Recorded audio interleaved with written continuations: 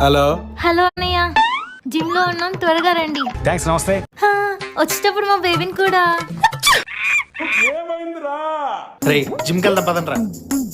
మీరు మారిపోయారు సార్. మీరు మారిపోయారు. నేను మారలేదు మూర్తి.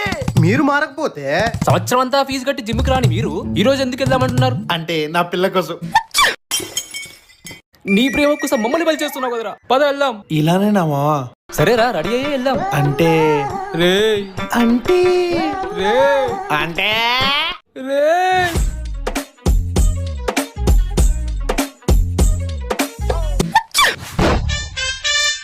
మీరేమన్నా ట్విన్సా? ఎవరు? మీరు చందమామ. దీనికన్నా మొన్న చెప్పిందే బాగుంది.